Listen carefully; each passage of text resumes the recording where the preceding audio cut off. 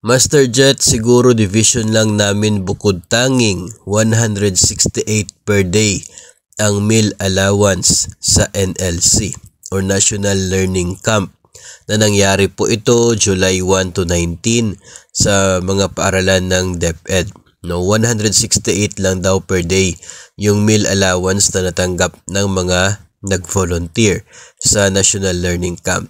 Ang sabi po ng memorandum na inilabas noon pong Mayo, galing po ito kina Yusek Gonong, Yusek Sevilla at Yusek Cabral.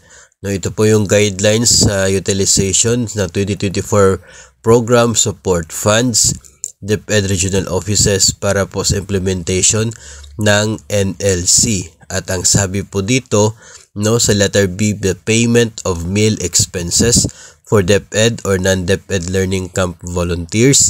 Nasa letter B din po, no, meal expense is 250 per day of actual service from Mondays to Fridays per DepEd or non-DepEd Learning Camp volunteers.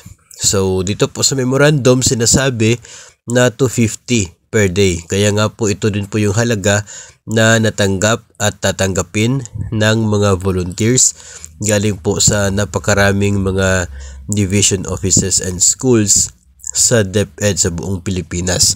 Kaya pwede po, no, na bukod tangi yung sa inyo kung 168 lamang yung natanggap po ninyo. Siguro po ay deserving din naman po kayo na makaalam sa dahilan kung bakit 168 na lang yung nakarating po sa inyo kahit po yung nasa memo ay 250 per day. Siguro ay masasagot po yan ng mga